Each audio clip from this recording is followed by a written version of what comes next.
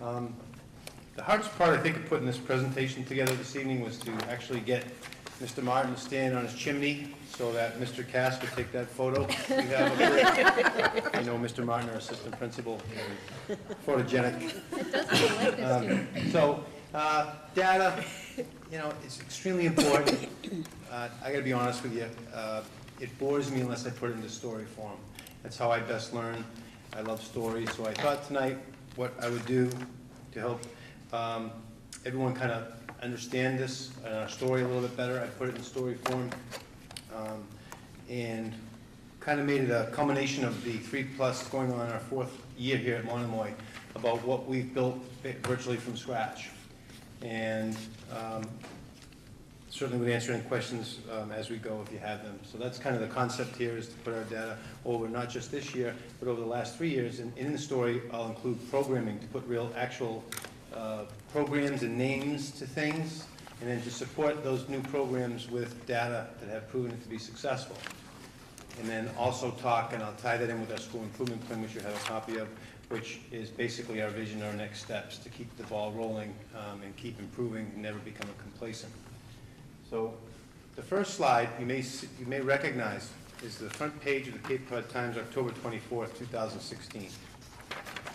The red marker is my writing. Some of it's hard to read from up there, so the first one, grad rates fall below state average, is an obvious topic there. National high school rate record high. So there you go. The national record is high, but the Cape rates fall below state average. So that's not a good headline right now. We don't want to be under that headline. And who's under that headline all over the place but Monomoy High School?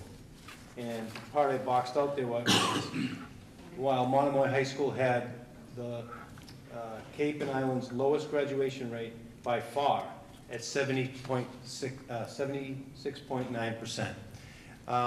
So that, if you recall those that were here at that time, that was based on our first cohort that graduated. We had 1 year with them at Monomoy. And I was here before this board defending that headline. And I don't guess not totally defending it, but owning it. And I remember quite clearly what I said was that I take full responsibility for that, and that will never happen again, and we'll never be at the bottom again, and we'll work relentlessly to make that never happen. I shared it with the staff. That front page hung in my office. I bought 3 copies of that paper for motivation. I hung it in my office, put it in my gym bag every time I went and worked out, and I hung it in my office at home. Just to remind me that that was unacceptable to us. I shared it with our staff. They agreed. We had some extenuating circumstances which we shared, but also we started off right from that headline, and from all the conversations we had, that there is no excuses. That we want to be the best, and that's certainly not the best, and we're not going to accept being the lowest. So that's how it started, I think.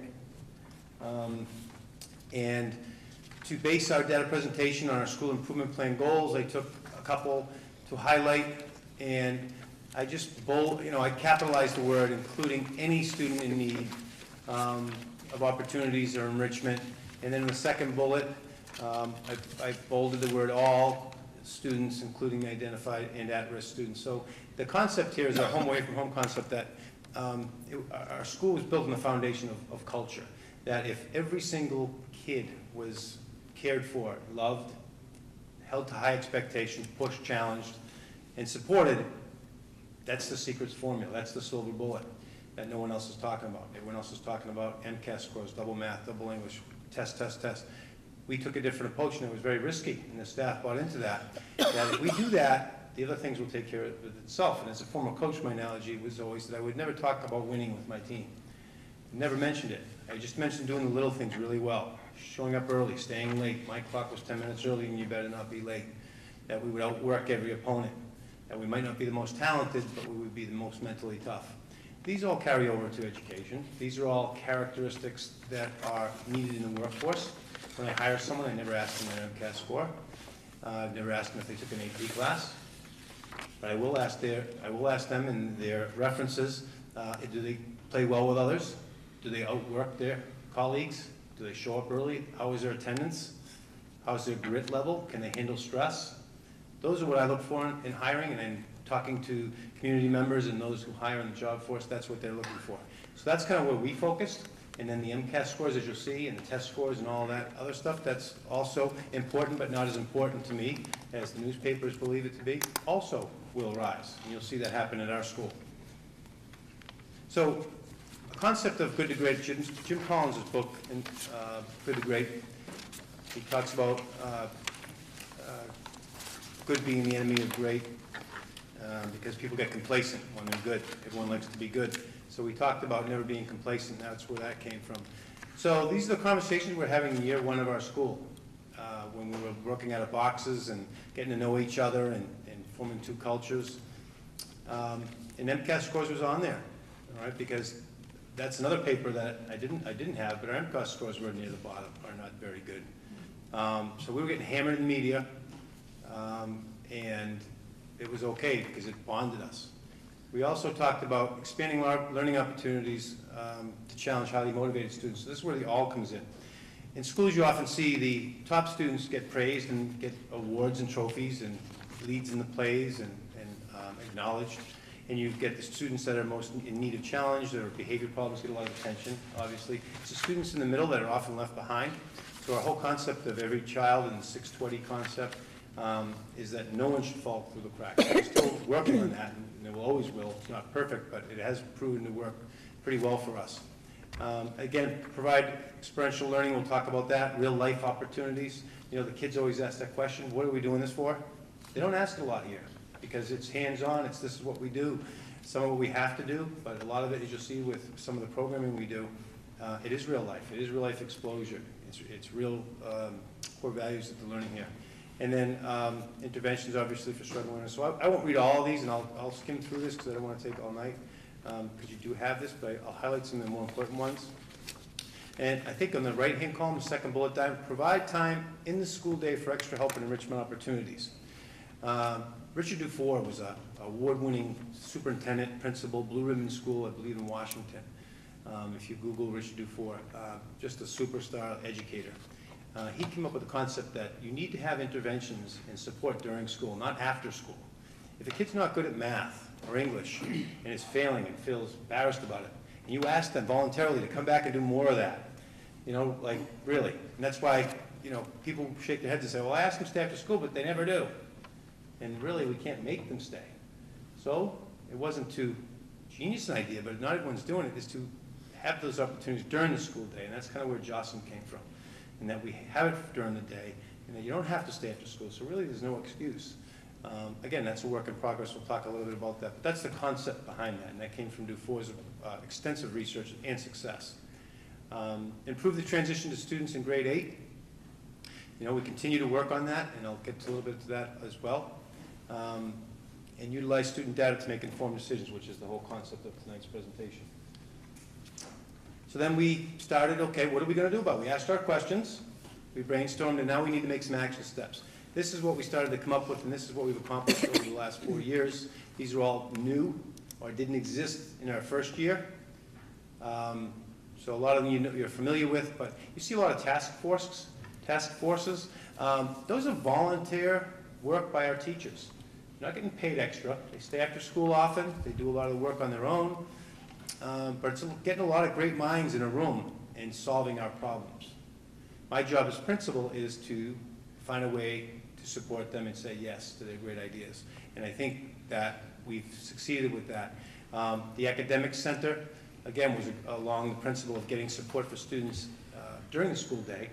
What that is certified teachers working with our students in very small groups. These are non-students with no special needs, and hope to reduce the number of students that are referred for special needs, to be proactive to get them when they're struggling and to support them. So the students, in lieu of an elective course, will be put into an academic center and receive supports. Will also help whether they need to be organizational skills, contact with teachers, homework help, all that kind of stuff. And it's been, and I'll share some data with that too. It's been super successful. We've expanded it, and it's working. And we've got great people that are working there. And then, you know, summer school, and I'll talk about that later. It didn't exist here. We were sending kids to Dennis Yarmouth, and when we looked at the numbers, nobody was going because they didn't want to drive there, or they couldn't get a ride there. They didn't know anybody there. They couldn't afford it. And so we said, well, why don't we just do it here? Have home field advantage. You can charge them a lot less, and then there's no excuse. So we started our own summer school, and it's been successful. Josh Samar, you know all about graduation requirement adjustment. You know, we went through that conversation last year, and I appreciate your trust and vote of confidence in that. It is working. We've had so many compliments from our senior class and from their parents that they're not so restricted, that they can take the courses that they're passionate about, enjoy, and now will proceed to go to school for in college. And so that's been really helpful to us and really helpful for our students. So that's working out well. We'll get to MAP testing, credit recovery. The PSAT and SMQT for all, again, hardly any schools do this. We put this in our budget because we value it. And kind of what Mr. Russ was talking about everyone having a chance for something. All our students, we pay for them to take that in school. And we'll show you the data on that, what it's done for how many kids actually take the real SAT test. It's incredible by just offering that opportunity that they would not have, or resources to have, or the money to have to take it. So that's pretty impressive. And our AP task force, we've been doing a lot of work on our AP courses this year, and I'll share that with you as well. So that's kind of the action steps, and we'll put it, again, a couple of these, the Struggling Learners Task Force was the original, and a lot of these branched off of that. The homework policy came out of that, which was, you know, the third rail of education nobody wants to talk about because it's very hard to get anybody to agree on it. But we did. We did a sample and we found that our homework strategies for each class was so different that it was very challenging for parents from one class to another. Some teachers were counting it for 30%, some for no 0%, and everything in between. Some would give it every night, some didn't give it at all. So what we did is we came up with a consistent policy. It was posted and shared with our kids and our parents, and we've really helped our student body with that in our school. And that was done by teachers. So we're real proud of that. Again, not something every school will take on. Grading task force. Again, consistency in grading and how we grade. Still have work to do on this, but again, not a lot of schools talk about this. But we were seeing such discrepancies in grading, because we look at the data, and for the same course, you know, some kids are getting all these grades and other kids aren't, and why? And when we delved down into the data, into the numbers, we had to come up with some consistency on how we grade, what we value. For example, when you give a student a 0 for a homework assignment, they have to get X amount of hundreds just to get back to 50. It's really punishing. And so when that kid misses a couple of homeworks, and if a teacher's grading like that, has grading practice like that, that kid technically, after the first half of the year, could be impossible for that person to pass that course. So when we started reasoning and talking about that, they said, no, that doesn't really make sense. We can do better than that for our kids. So we came up with a consistent policy that was better for kids and better for teachers, and that we all agreed on. So we did that as well. And then the developed Ask Alert icons for struggling learners. In a lot of schools, including our own, teachers have access on the database to their own students. If I have 100 students, I have access on Aspen to their grades, their other courses, and their information. Teachers were saying to us, well, if we're doing Jocelyn Hour, and I had a kid last year that I could help, why can I see how he's doing or she's doing this year to help them? And we said, well, why not? We can trust our teachers with information and grades with students. Why can't we trust it with all? So we opened that window, and we put alert icons on there, and we called it MWIS. The State Department of Education has a concept called EWIS, Early Warning Indicator System, where they use research-based strategies, and they're kind of common sense, that red flag kids for potential failures for graduation. And they include attendance, obviously, grades, if any Fs, one or more Fs, behavior, discipline issues, and such. So we took that model and adjusted it to our own. And any student, and we had some criteria. So for example, any student that got over 5 absences was flagged. Okay, well, we got to keep an eye on that. Why does that person have 5 absences? More eyeballs on it. This is how nobody falls through the cracks. If somebody was feeling more than 1 F, they were flagged. Everybody knew about it. We're going to all help that child. We're all going to know.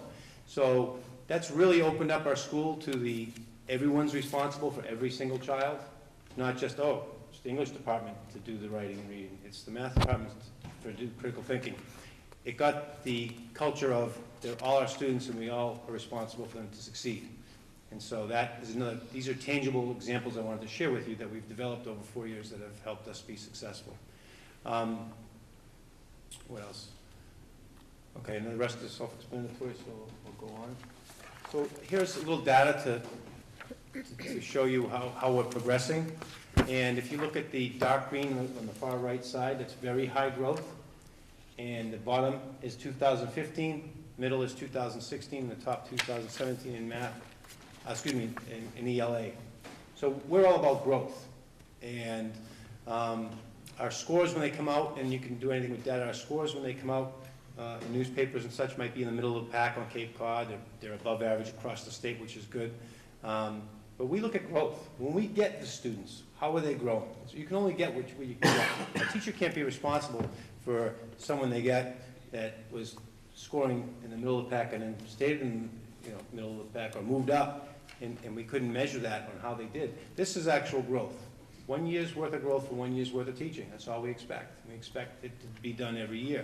So if you look at this, it's pretty tremendous growth right here. We're on a good trend right now for our MCAS growth in ELA, over 7% for our very high growth. So that's a nice trend, and all those little indicators or other things we've been doing well have supported this important number. So that's what we value when we value student growth on MCAS. Now we look at math, okay? Similar, even bigger. Very high growth. 2015, it was 27%. It went up 2% next year, and then the following year it jumped up to 39%, so we're up over 12%, very high growth. But again, data doesn't matter unless you get 3 years worth of evidence. 1 year data can be an anomaly. I think when you start looking at trends, you have to have a 3 year minimum. So we'll continue to watch this. It's trending very well for us. But we also know, we have to, as all the kids' growth goes up, it gets harder to keep that growth going. So we'll continue to work. But those are very positive numbers for us. Graduation rate. This kind of goes back to the front page when it was 76 point something. It's up to 92.4% of last year's class, and well above state average. We were below state average initially, so that's a challenge for math there. Almost 11 point something % gain in 3 years. Pretty considerable. I'd put that up against most any high school. And again, 3 years trending this way. Math trending this way. English trending this way. 3 year data. It's all in the numbers. And here's some of the other things that we talked about. The story about how we get that data to make it, prove it. Graduation requirements. Again, this is just what we did, and I kind of commented on this earlier. We weren't softening the number of credits. We were just making our kids do extra years worth of credits than any other high school because we were new. And so again, we appreciate your work with that. And you see that taking that risk, and I want the public to see that just because we reduced the credits doesn't mean our MCAS scores went down. Doesn't mean we had any less kids take APs. We still got kids going to Harvard this year. You can get anywhere from this school. So none of that's changed. So I wanted to make sure that I came back and reported out to you that changing those requirements last year helped us. It did not hurt us. MAP testing. I think the middle school and the elementary schools are really doing a great job in this, and we're just jumping on board. A timeline there. I think this year we spent our first time with our 8th grade team, especially of teachers, really getting kind of the hang of it and starting to look at the individual student data. We still got growth on this. This will be a focus of mine for next year to really start using this. And like I said, I'll learn from my colleagues who are really doing it well. The good news is, as the elementary and middle schools do it, when they come up to us in the 8th grade, we'll have 6 to 8 years worth of data on that student. So we'll see. We won't have to wait for MCAS to see where they fall. So for example, in math, we'll have a good idea. English, we'll have a good idea through the years of math testing. So it's a great thing for the school and the district. So we'll have some trends in the students and kind of know where their strengths and weaknesses are when they come into our classrooms.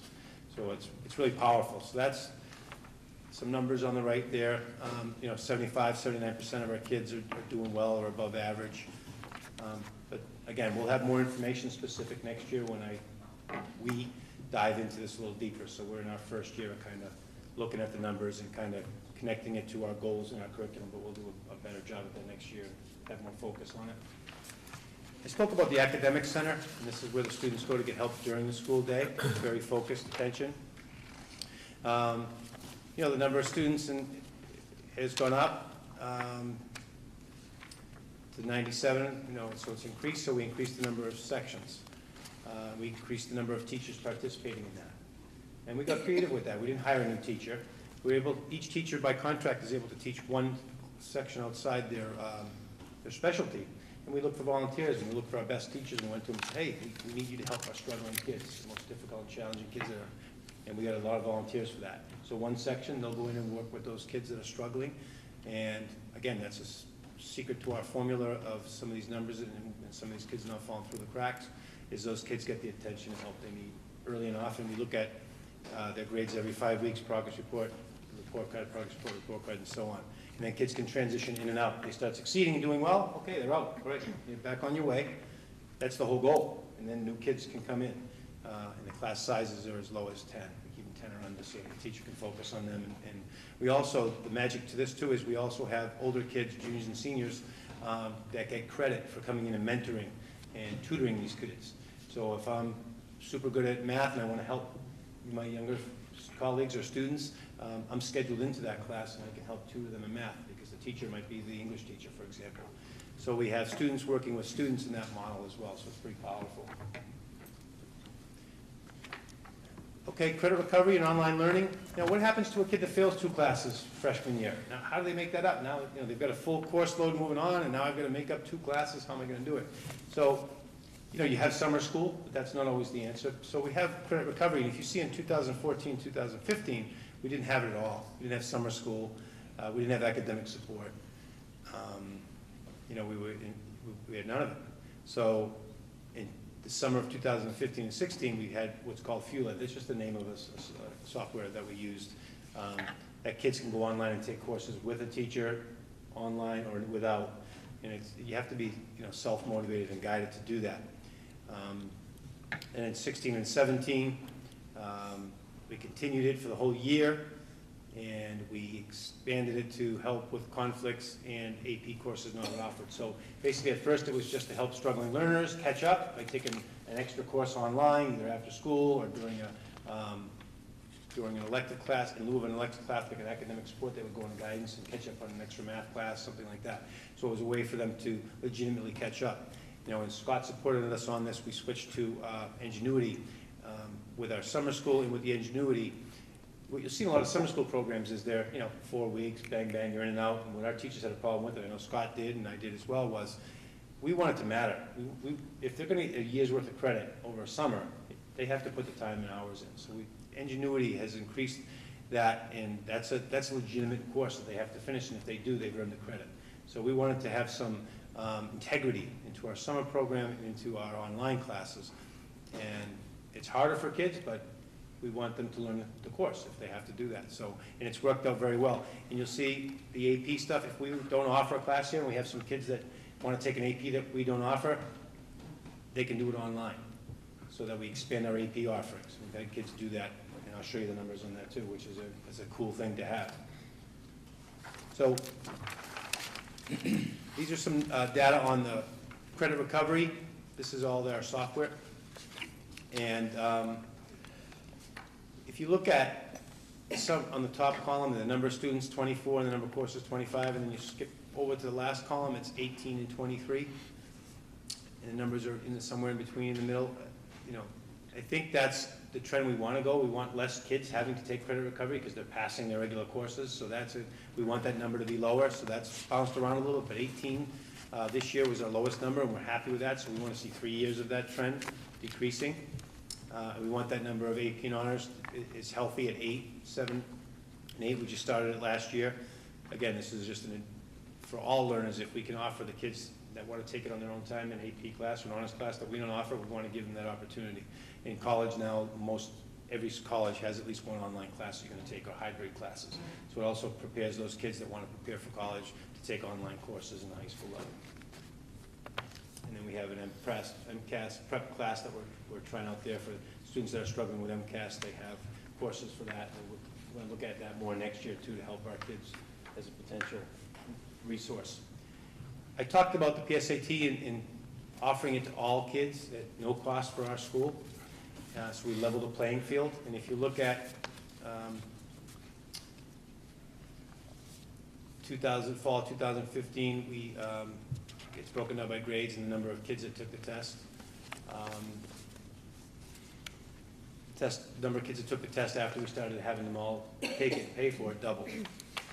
So they took our test, then the numbers doubled because they were either motivated or said, you know, I can handle this, I can do that. The confidence went up. Whatever it was, by offering that opportunity, it's clear in the data that our numbers of kids that go on and take that. And we also get that data back, share it with teachers, use it, and kids have it for college, obviously, or for military, or however they want to use it. But, you know, so we're proud of that, and we're glad it's working. But we do follow it because it's money that we're spending, and we want to see if our investment's working, and it is. So here's some experiential learning opportunities that we offer our kids. Our alternative education program is a program for students that the general education model might not work. Again, we're proud of this because a lot of schools have this after school or at a different location. We have it right during the school day in our school. They're part of our school family. It's just a different route. And I'm very proud of that because, you know, again, not a lot of schools do that. And, you know, that has a very high success rate of helping kids out and getting them to work or to graduate, high graduation success rate out of that group. So, and the kids have to interview to get in, and, you know, they become part of that family there. And it's, again, just one more option for kids to succeed, because all kids don't go the same route to graduate necessarily. And I think we're doing pretty good at that. The community internship, we just had our luncheon, and there's probably about 80 people in the room. It was a celebration of something that we didn't have when we started, or a handful of kids. We started in 16 and 17, and you'll see a lot of colleges try to do this. Northeastern does it very well, and it's just after that model. Well, why can't we do it in high school? Why can't kids go out and connect with the community? And we have such a strong community here. I mean, we just gave you some examples there. I think, you know, there's over 20 of them, and they're expanding. We've got law firms, we've got both police and fire departments, the local hospitals, Cape Cod 5, Baseball League. The list goes on, and every year it keeps expanding, thanks to Mr. Alexander's role in that.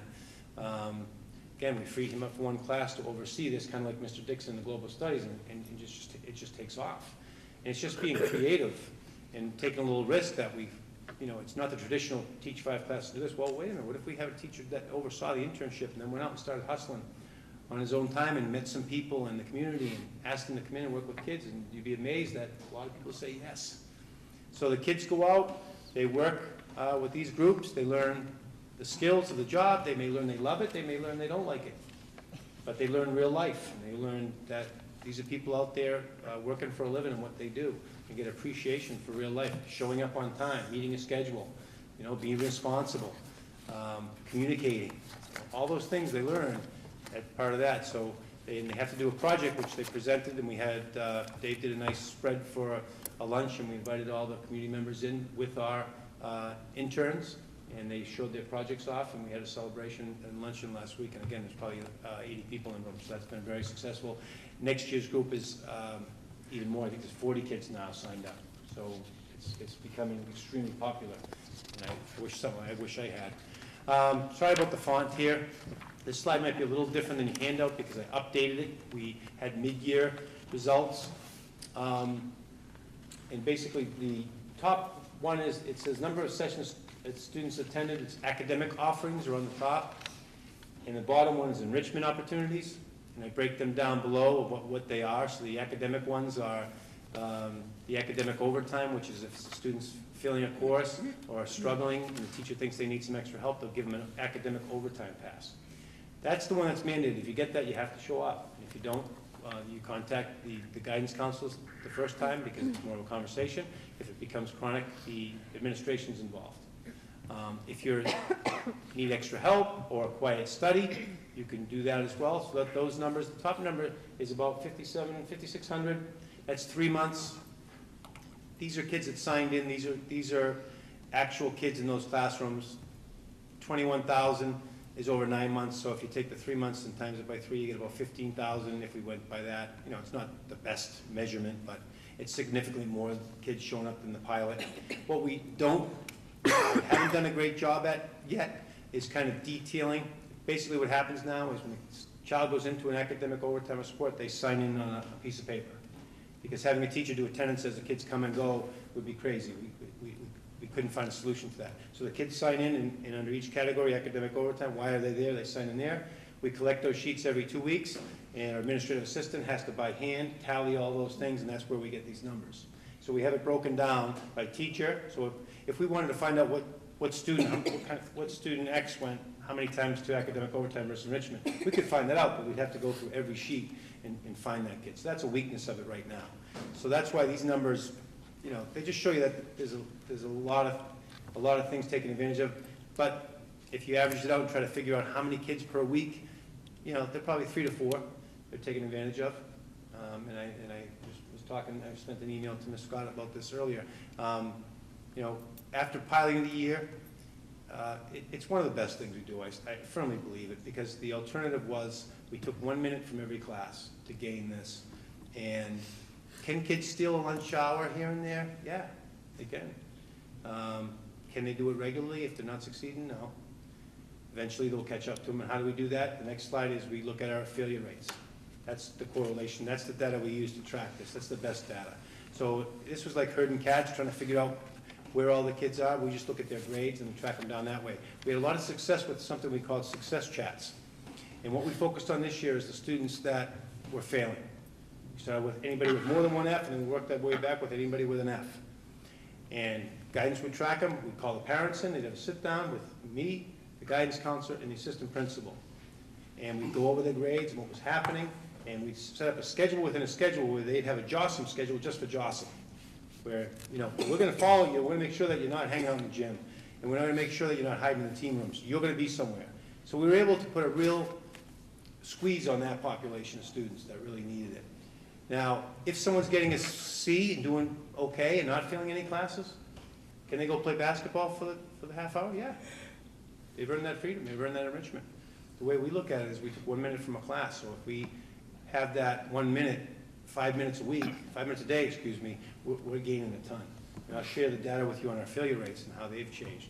Just a quick question. So the kids that are, like, say, a D or F, they are made to go to these academic times? Only, right now it's an F. We recommend a C or below.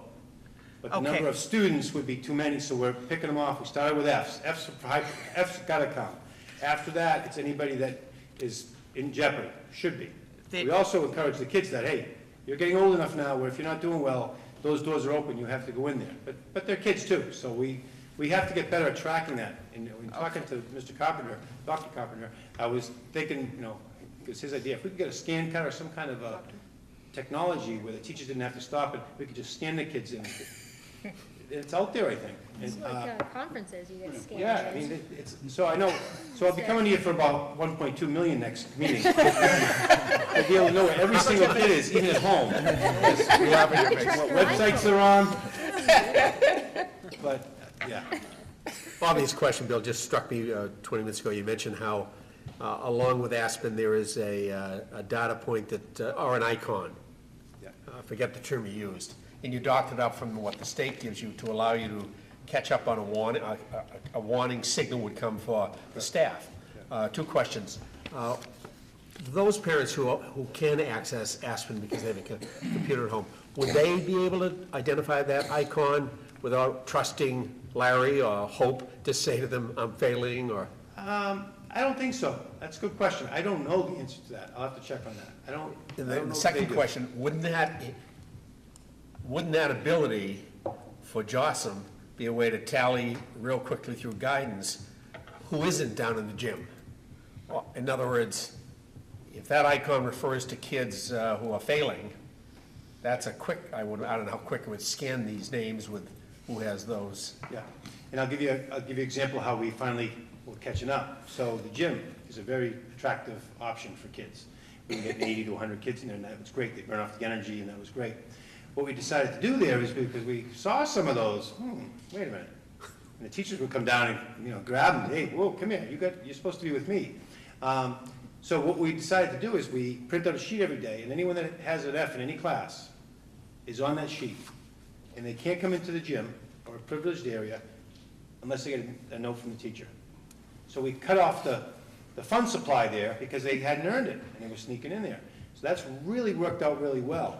Because now those kids know that, hey, I gotta get my grade up in that class, and then I can go play basketball. There it is. So that's one example of something we've done that's really worked, that kind of along those lines, where we've identified the students that were slipping through the cracks, that weren't showing up, and then we were able to stop that.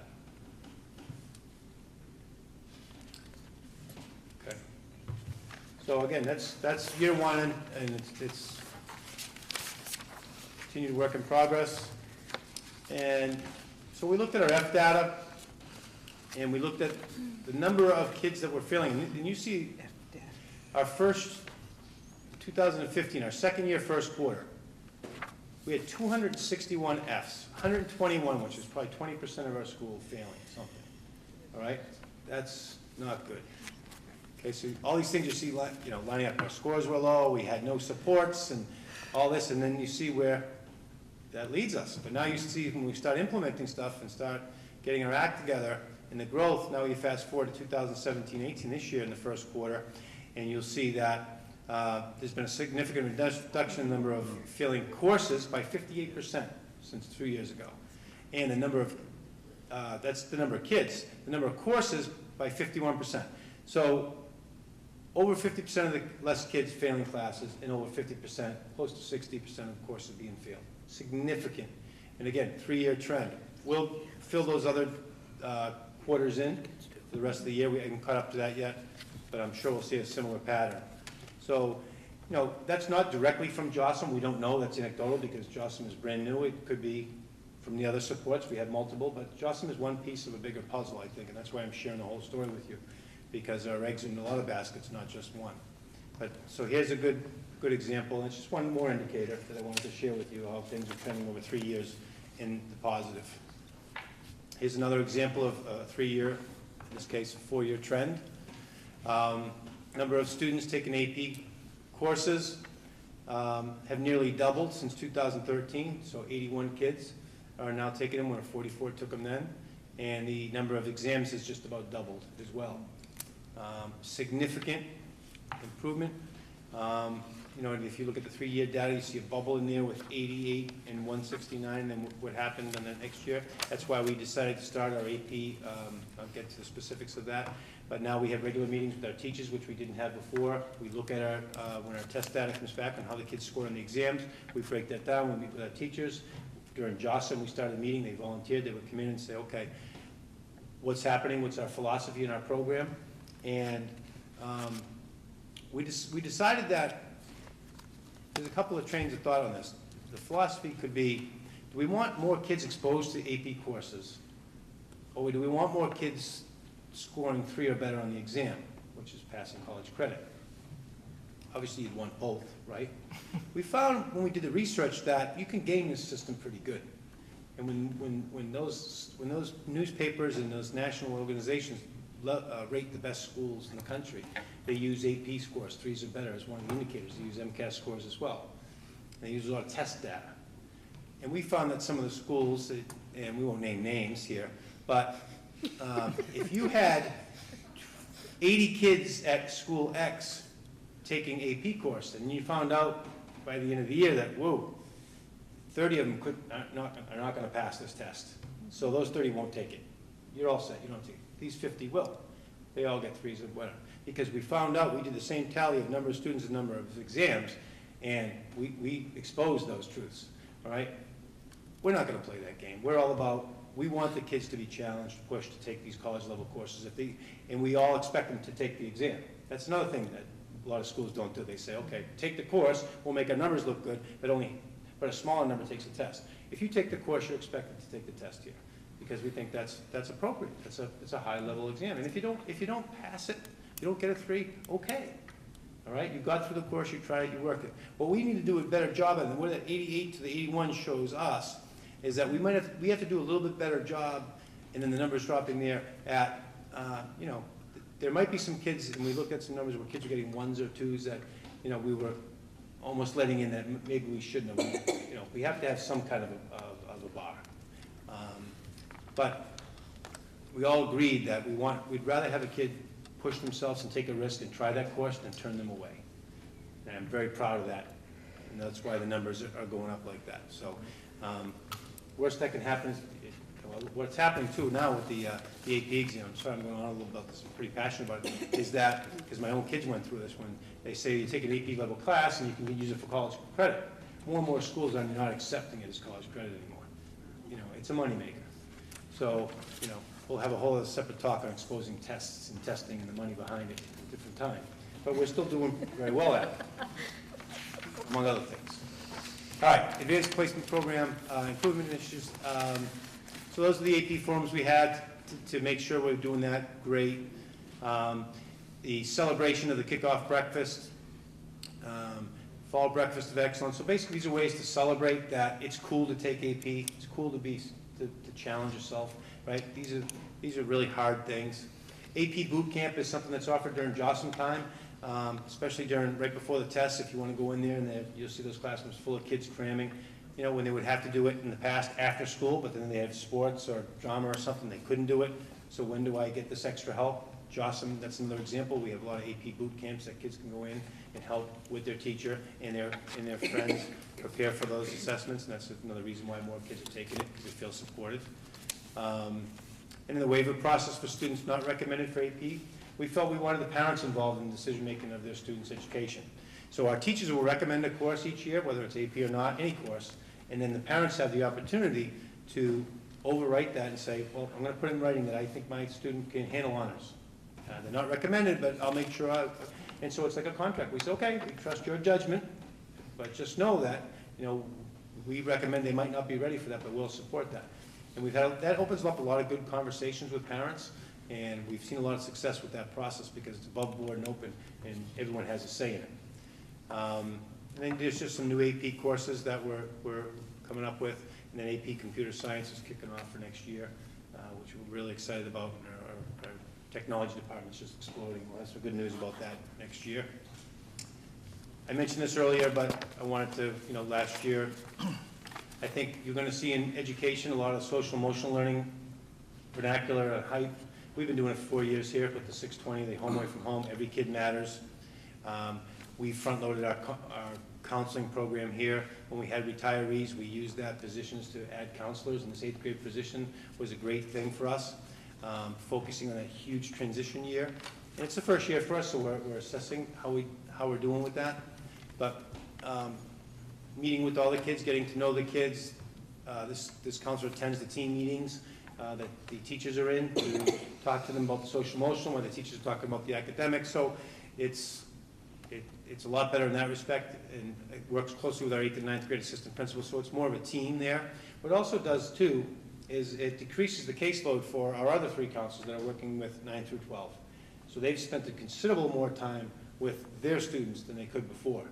Because what we were finding is that you start off with seniors, right, getting them ready for college if you're a counselor. You're getting the visits ready, getting the letters of recommendation ready. It's a big push. By the time you get to the 8th graders, it's middle end of the year, right? And it's their biggest year of transition. So, I mean, that's how most schools operate. So we have a solution for that by getting them their own counselor. Because anybody that's done any research knows that the transition years in schools are the most impactful. Kindergarten, 5th or 6th grade with middle school, 8th or 9th grade with high school. So we're putting a lot of work in that. So we'll start to see dividends with that program and that hire. And to not kill you with another hour of school improvement plan, I'm willing to come back and answer questions on the school improvement plan once you have time to digest it. I know you just got it a week ago, but I want to just kind of go through the process, the product, and the focus of it, and then you could read the specifics.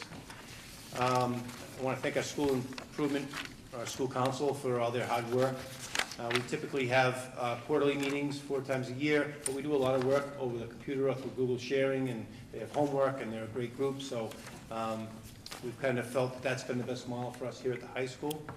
And what we decided this year is that in addition, should we need additional meetings, we would do so. So with the school improvement plan ending in 2018, we had to start one from basically scratch.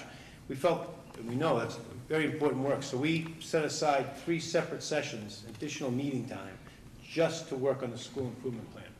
We rolled up our sleeves, we got to work and we developed what we think is a very strong school improvement plan. And then this has steps, because we want input, we want collaboration, we want a lot of great minds behind it. So the process was that council did 3 working sessions to come up with a draft. We then shared it with our department heads here at the school, talked about it, the same document, well, an original draft of what you have. Got their input from it. Then the department heads, through their PLC meetings the following week, would share it with their staff. So now the whole staff has access and a view to it. They shared it in advance so they could read it, they discuss it, they give us feedback. That feedback is then given back to the school council. They take it, tweak it, update it, and then 2 days ago, what's today, Wednesday? This week sometime, maybe it was yesterday. Yesterday I shared it with our district leadership team, including Superintendent Carpenter and principals from each of the schools. Got their feedback. Again, had a few more minor tweaks that they caught. Awesome, more eyes on it, the best. Went back and shared that one last time with our school council, and I think we have a pretty solid draft there through all those steps. So that's kind of the process of it all. I do believe it's a living, breathing document, which means after your approval, if we change something or edit something, we're going to share that with you, and hope to do that if any new great idea comes out, or if there's any feedback that you have that you want to, that's always possible. I think that those are the best documents. Now, the product itself. We talked a lot this year about us being on accreditation from NEAS, the New England Association of Schools and Colleges. They're a very widely respected organization. They have some of the best research-based standards out there, and they're new. They're for 2020. They're the newest ones out there. Really strong standards, and I shared that they became the model for our work. So basically what's happening is, this year we did our self-study. Next October, a group of teachers, educators, NEAS folks will come in and do a really in-depth dissection of our school, basically. Have focus groups, you'll be part of that. They'll talk about, and they'll look at the report we did. The report is basically our self-reflection. The whole truth, good, bad, and the ugly of what our school is. It's 125 to 130 pages long right now, and it's all about our school. Basically, the best way to do that is to tell the truth. They come in and validate it. They talk about things you need. They come in with recommendations, and they come in with combinations, things we're doing well, things we need to improve on. And it's a really powerful and productive process. So we're looking forward to that, seeing what we're doing well and getting validation on that, and also getting some ideas and feedback from professionals that do our work on what we can improve on. So we felt that our school improvement plan should directly connect to our strategic plan, but also, if we're doing NEAS work and meeting those standards, why would we do something different? When NEAS talks about you must have a school improvement plan, and their work is research-based and validated. Colleges use it as well. So the language you see in there is directly from NEAS and from those research standards, which we used. So we basically, to make this transition, we've referenced, if you see pages on there, you'll see NEAS pages. I don't think they sent you that, but I can send you a copy of the NEAS document. There's a link on there when you hit it to go to the NEAS site to look at those. But our focus areas, for example, on the second bullet in the product, learning culture, student learning, professional practices, and learning support are the domains of other standards that NEAS supports. And they break them down pretty thoroughly. They also offer, what I really liked, is descriptives of effective practice. These are research-based best practices that great schools do. And we've included that on this document in the second column and put bullets there. So it's a great guide for practical use. So even if you don't know much about the acronyms of education, if you read that document, if a community member picks our school improvement plan up and they look at those bullets, they say, okay, I understand what that is. Common assessments for classes, okay? Or differentiation for all students. So they start giving real clear-cut examples. That helps our staff and guide us. So I thought that was really strong, so we included that in there. The timelines you'll see in this year are more generic. They just say 2018 to 2021, because what we found in the past is we got really specific and put fall 17 to December 17, and we were more driven by timelines and not goals. So we're going to get it all done, but we can't tell the future and where we need to go and what we need to do, so we put those generic, but they'll all get done based on what our strategic plan ends up being and where we need to be. So that's the reason for that. Also, a cool new feature is live links on there, so we can put this document online and inform people. So you'll see in the one example, the bottom skills is on social emotional learning. That's something very new that people might not know about. Okay, what's that? I'm curious. I'll click on that. I'll learn a little bit more about that.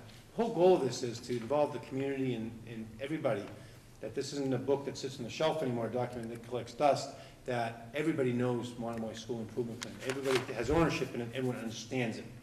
So those are all little new tweaks that were other people's idea, great ideas that we've incorporated to make this a live document that can be used online with live links.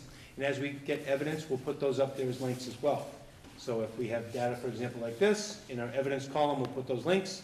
So as they come up, someone can go on that, click on the live link and say, oh, wow, okay, they're meeting that goal. Here's the evidence, here's the data. So this document will be living in that respect as well over the 3 years. We're not going to wait 3 years to share it with you. As we gain evidence and prove that we're doing it, reaching our goals, we will pop that up there. And then the focus, these are the focus points for us. Social emotional learning, you'll see that embedded through that. Our district's doing a really great job on that, guided by Melissa McGuire's doing some great work with that. You'll see that in there. That's a very highlighted point from NEASC as well. Student-centered learning, that's not what we teach, it's what students learn that matters. And we have to switch from the focus of teaching to the focus of learning, and that's all over NEASC. And skip down to the fourth bullet, it evolves around growth mindset, and what that talks about is the ability to not get stuck in how we always used to do things, and to get more into, how can we look at things differently? How do we grow as professionals? How do we teach our kids and model for our kids the growth mindset and looking at things with new perspectives and never being complacent or satisfied? The next one about professional development, we can do a better job here at focusing our own school PD on our goals, and which will tie into our school improvement plan. So all the oars in the water, all in the same direction is the goal with that. Differentiation is the hardest thing in education, in my opinion. You get 20 kids in a class, and you get someone at this level down here, which might be 2 grades below grade level, and someone up here 2 grades above, and you're going to meet all their needs. What do you do? There's no easy answer, but there are ways to attack it and make sure that we do it, and we will do a better job of it. So that's a big focus. It was a focus of our district this year. We've had a lot of success with it because it was a focus. I'm a firm believer in you value what you measure, so differentiation is going to be a highlight next year, and you'll see it in that document. Collaboration and teamwork with adults, you'll see a lot of that professional learning community work with our colleagues on doing the work together. Interventions and enrichments, we'll continue to do that so that we meet the learning needs of all kids. I think that might be it. All right, there's about 12 minutes. Maybe 13. Sorry. That was 3 years though, so please allow me a little extra time, but I'll take any questions. Okay, any questions, comments? Stout? Yes, thank you for all that. My only questions are about AP. There are 2 questions. One is, every AP course, does it have a test that you have to take or can take? Yes. You do, okay. The second question is, what can we do to give feedback to those rating systems that, people that put these together, I don't think necessarily know that they should be looking at the percent of the population who are taking these courses and not just numbers. As you spoke, that, they can kind of scam the system in getting different ratings. Yeah, I don't know the answer. I'm telling everyone that will listen. I've always been outspoken about it, and the best I can do is that, model it here and show that we're getting results. Yeah. And we're not focusing on. I've been in districts where we had recess and we took away recess because our test scores weren't good enough and added double math and double English. Was tragedy. So we're not doing that here. I appreciate the support from Scott and all of you for not having us do things like that, because you can get results without focusing just on that. I think we're doing a great job. I wish that there weren't things like that. Certainly our realtors would be interested in having those go up. Yeah, and I think all the realty shops will be getting that brochure I left you all too. We're going to be putting those out in all the local communities. I think we're one of the few schools in the Cape that doesn't do pay for advertising in the paper or on the radio. I think word of mouth's the best advertising. And I know Scott's going to share some school choice data with you, but all the kids that are here now for next year going into our grade, our school choice numbers are very strong. Our kids are staying here. Wonderful. Kids are staying here. And I didn't even put that data because I didn't have it from 14 to now. It's not even, it's night and day. So I think that speaks a lot about the great teachers we have and the programs we have. Once kids come here, they're not leaving. Okay. Any Thank other you so questions? much. Yep. Mr. Russell? Thanks, Donna. Great job, Bill. The thought strikes me, as a family, we're going to take a short trip in about a couple of weeks to Ireland. My wife went down to AAA and got a triptych. And it plots out the moment you land at Dublin, the kilometers to the next stop, what's described there, and it's page after page of this summary. And it really brings home what I will see and experience before we get there. I'm impressed with the plan, and also being in the business for a little while, the challenge of taking 70, 80, 100 staff, I don't know what there is here, and either through the system strategic plan in building a school improvement plan, and then at some point in last year or the next 3 or 4 years, each individual teacher every year gets an opportunity to build their own 1 or 2 goals for evaluation, and the team leaders here can add a goal or 2, part of which I'm assuming at some point PLCs or whatever venue, every staff member, every custodian, every staff that's working here somehow has a general understanding in the way of a triptych that we've just had tonight. To know that some level the troops are able to, they're cognizant of their knowledge bases where it should be like, what? So that's your challenge and all of the other staff, so it's not just a core of a few school council members, 5 or 6 go-getters. So I commend you for the leadership, and to me it brings a lot of clarity to what used to be in the old days, helter-skelter. So keep it up. Thank you. Yes, Mr. Sion? Osceola, yes. Yes. Is it permissible to speak in one's first meeting? No. No. So big. This is going to be Depends fun. what you say. It's your initiation. Well taken. I'm going to tell you a story also, because I learned by stories myself. And it's from subbing here earlier in the month. I was doing not commons duty, lunch duty. My old school was commons duty. 2 students who you might call not highly motivated were having a conversation, and I eavesdropped, as I tend to do. They were complaining. They were complaining about the culture. It's a way of saying thank you, I think. But it was something like, it's really hard to do bad here. It's really hard to do bad here. The teachers are all over you. You might as well just do the work. I love that. Another friend commiserating nods yes and says, yeah, you might as well just do it. And I don't know if these guys are going to ever come back and say thank you, but in the way they were. Absolutely. What they were talking about, without using the language, is they're talking about school culture. You have in here words that say identified. They felt identified. You have words like relentlessly build. They felt that. They felt that. There was no place to hide. People saw them, and there were structures in place. I worked at a school that had Austin Preparatory School, terrific school in the North Shore. They're the Austin Cougars. They had something called Cougar Block. And I got to work in that for a semester that I was subbing in that school. It was a great opportunity to connect with kids. And I said, when I come back to the Cape, I'm going to come to my friends at high school and tell them about this great idea called Cougar Block. And when I did get back here, you were already doing it. You use the word squeeze.